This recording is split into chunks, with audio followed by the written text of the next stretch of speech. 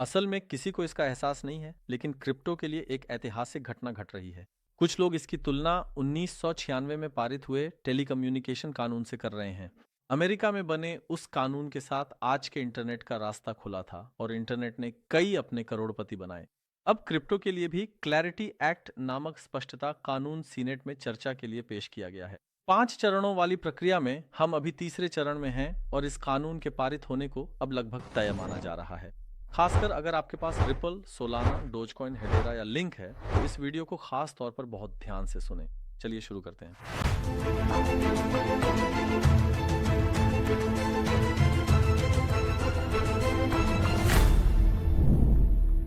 दोस्तों, एक बार फिर मेरे वीडियो में आपका स्वागत है। असल में ए से जेड तक सभी क्रिप्टो निवेशक ट्रंप के पहली बार चुने जाने के समय, बल्कि चुने जाने से पहले ही बेहद उत्साहित और खुश थे। क्रिप्टो में रिकॉर्ड टूटे थे, यानी बाजार ने भी असल में यही दिखाया था। ट्रंप का चुना जाना क्रिप्टो के लिए एक बहुत अच्छी खबर के रूप में देखा जा रहा था, लेकिन मानना पड़ेगा ये बहुत साफ है कि सब कुछ हमारी उम्मीद के मुताबिक नहीं हुआ और एक कड़ा क्रिप्टो विंटर आया जो अब भी जारी है। मेरी नजर में मैं भी 2017 से इस बाजार में हूँ। मैंने अब तक के सबसे कठिन विंटर में से एक का अनुभव किया है।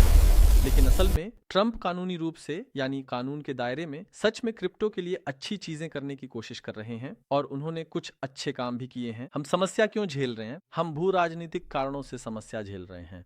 ट्रंप अमेरिका के लिए एक ग्रीनलैंड चाहते हैं, यानी जब उन्होंने टैरिफ्स लगाए तो हमारी भी हालत खराब हो गई और क्रिप्टो वाकई में बहुत बुरी तरह गिर गया। लेकिन अब हम एक ऐसे क्रिप्टो कानून के मसौदे के साथ हैं जिसे अच्छा माना जा रहा है। क्लैरिटी एक्ट, यानी वह कहते हैं कि स्पष्टता होनी चाहिए, कोई अनिश्चितता नहीं होनी चाहिए। इस समय हम कांग्रेस की वेबसाइट पर हैं दोस्तों। ये सदन से पारित हो चुका है, अब ये सीनेट में है, जिसके बाद राष्ट्रपति के हस्ताक्षर से यह कानून बनेगा। इसके पारित होने की उम्मीद है क्योंकि दोनों पार्टियां सहमत हैं। हमें क्रिप्टो में स्पष्टता चाहिए। असल में ज्यादातर देश क्रिप्टो से संबंधित कानून बनाना पसंद नहीं करते। पूरी तरह से अनिश्चितता का माहौल है। शायद वे खुद पहला कदम उठाना नहीं चाहते या फिर सतही ऊपर ऊपर एक मसौदा या कानून बना देते हैं। वे कहते हैं कि क्रिप्टो यही है, ज्यादा ध्यान न दें, लेकिन हमारे कुछ मानक और सीमाएं हों, और फिर इस विषय को बंद कर देते हैं। अब अमेरिका में ये एक बहुत व्यापक कानून का मसौदा है। एक स्पष्टता स्थापित करना चाहा जा रहा है। वास्तव में हमें क्रिप्टो में स्पष्टता की जरूरत है। जब हम स्पष्टता कानून मसौदे की बात कर रहे हैं तो मुझे आपकी मदद की जरूरत है। इस वीडियो को लाइक और चैनल सब्सक्राइब कर आप हमें समर्थन दें। क्रिप्टो और फाइनेंस वीडियो आगे भी आती रहेंगी।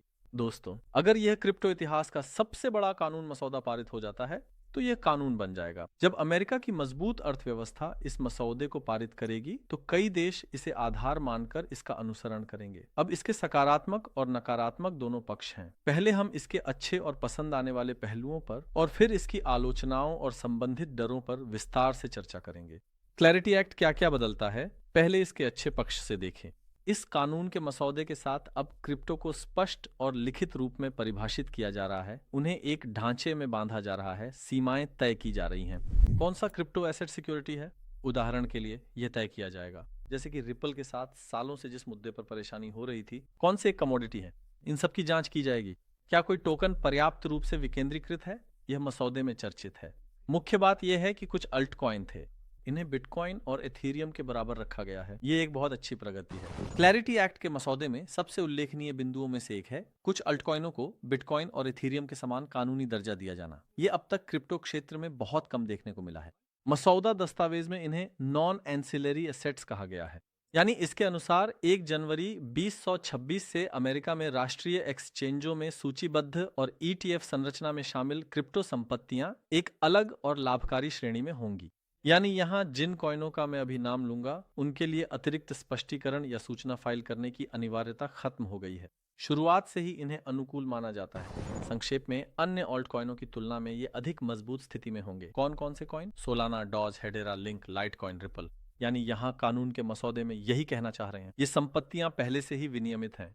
उल्लिखित चीजें ETF अनुमोदित होकर बाजार में कारोबार कर रही हैं। अतिरिक्त दायित्व अनावश्यक हैं। यह भी एक बुलिश खबर है। ये उन कॉइनों के लिए है जिनका मैंने जिक्र किया था। चलो अब उन हिस्सों को देखें जिन्हें खतरनाक माना जा रहा है और जहां से झगड़ा शुरू हुआ है। स्टेबल कॉइन का मुद्दा, सबसे बड़ी बहस दोस्तों स्टेबल कॉइन के इर्द गिर्द ही घूम रही है। यानी यह सवाल उठता है कि क्रिप्टो आखिर क्यों है, इसका उद्देश्य क्या है। यह सवाल इस मुद्दे से टकराता है। कई लोग इसे इसी तरह से देखते हैं, मसलन क्रिप्टो क्या संदेश देता है, तुम बिना बैंक की जरूरत के अपना पैसा रख सकते हो, ट्रांसफर कर सकते हो और उसका इस्तेमाल कर सकते हो। पारंपरिक सिस्टम में तो तस्वीर साफ है। तुम अपना पैसा बैंक में रखते हो, बैंक तुम्हारे उस पैसे से तरह तरह के निवेश करता है और मुनाफा कमाता है, रेपो लेता है, बॉन्ड बनाता है, शेयरों में दिलचस्पी लेता है, कमाई का बड़ा हिस्सा खुद रखता है और उसका छोटा सा हिस्सा तुम्हें देता है। यानी हम पारंपरिक वित्त की बात कर रहे हैं। लेकिन एक स्टेबल कॉइन भी है ना?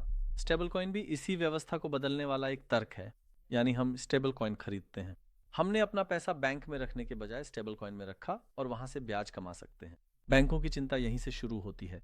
अगर ये ऐसे ही आसानी से ब्याज देने लगे तो लोग अपने पैसे बैंकों से निकाल लेंगे। अगर लोग अपनी भौतिक मुद्रा स्टेबल कॉइन में डाल दें तो बैंकों में भले ही बैंक रन ना हो, लेकिन काफी बड़ी निकासी हो सकती है। बैंक सोचते हैं कि हम अपना पैसा इन क्रिप्टो वालों को क्यों दें, और ऐसा लगता है कि वे यहाँ एक लॉबी गतिविधि चला रहे हैं। अब क्लैरिटी एक्ट ये कहता है कोई कंपनी केवल इसलिए कि तुमने स्टेबल कॉइन रखा है तुम्हें ब्याज नहीं देगी। यानी स्टेबल कॉइन कंपनी का काम करने का तरीका यहाँ पर बिगड़ गया, उदाहरण के लिए। लेकिन ये पूरी तरह से दरवाजा बंद नहीं करता। ये कहता है कि मैं ये स्वीकार नहीं करता कि बिना कुछ किए तुम्हारे पैसे पर ब्याज दिया जाए। ये कहता है अगर तुम लेन देन करते हो, स्टैकिंग करते हो, लिक्विडिटी प्रदान करते हो, गारंटी दिखाते हो या नेटवर्क प्रबंधन में हो, तभी तुम्हें इनाम मिल सकता है। ये कहता है तुम ब्याज ले सकते हो। ये कहता है हाँ, हम तो पहले से ही इन सब का इस्तेमाल कर रहे हैं। लेकिन फिर भी यहाँ एक सीमा है जो सच कहें तो बहुत से लोगों को ऐसा लगा कि यह बैंकों से पैसे के बाहर जाने को रोकने के लिए है। यानी निष्क्रिय ब्याज नहीं है, अगर सक्रिय भागीदारी है तो ही इनाम मिलेगा, यह कहता है। प्रतिक्रिया देने वालों में से एक कॉइनबेस के संस्थापक और वर्तमान सीईओ ब्रायन आर्मस्ट्रॉन्ग भी थे। उन्होंने कहा कि इस विधेयक का मौजूदा रूप में समर्थन नहीं किया जाना चाहिए और यह भी जोड़ा, उन्होंने कहा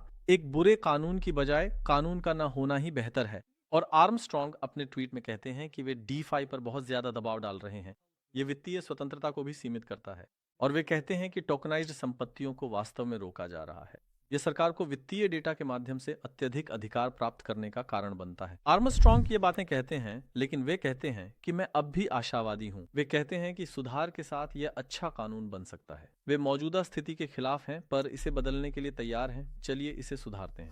अब अगर हम नतीजे की बात करें तो हाँ, अब अनिश्चितता खत्म हो रही है, लेकिन अगर ये अनिश्चितता हमारे खिलाफ खत्म हो रही है तो ये अच्छा नहीं है। मैं पहले कई सालों तक अपनी किशोरावस्था और युवावस्था में हमेशा यही कहता था, खराब फैसला अनिर्णय से बेहतर है, और मैं बहुत जल्दी फैसले लेता था। लेकिन अब उम्र बढ़ने के साथ मैंने ये महसूस किया है, खराब फैसला चुनना और भी बेहतर है। यानी खराब फैसले से दूर रहो, थोड़ा और समय लगाओ, सोचो, लेकिन खराब फैसले से थोड़ा दूर रहो। हर बार बहुत तेजी से काम करना फायदेमंद नहीं होता। अब मैं इस कानून में भी यही देख रहा हूँ। यानी क्या जल्दी से कोई कानून आना अच्छा है या पूरी तरह से हमारे क्रिप्टो वालों के पक्ष में होना चाहिए? यानी यहाँ कोई बुरी मंशा नहीं है, जैसा होना चाहिए वैसा कानून आना मुझे लगता है कि ज्यादा अच्छा है। मैं ऐसा ही सोचता हूँ। साफ कहूं तो खबरों के लिहाज से बहुत ही बुरे 3-4 दिन थे, लेकिन क्रिप्टो करेंसी मार्केट 3-4 दिनों में ऊपर जा रही है। अमेरिका ईरान पर हमला करेगा या नहीं, इस चर्चा के बीच क्रिप्टो करेंसी मार्केट अजीब तरह से ऊपर गई। उम्मीद है कि 2026 अच्छा गुजरेगा। आप क्या सोचते हैं? क्या आपको लगता है कि यह कानून वाकई में क्रिप्टो के लिए एक अच्छी क्रांति, एक अच्छा शुरुआत होगी, या सब कुछ ऐसे ही चलता रहेगा? आप अपनी राय कमेंट में लिख सकते हैं। अगली वीडियो में मिलने की उम्मीद के साथ अलविदा।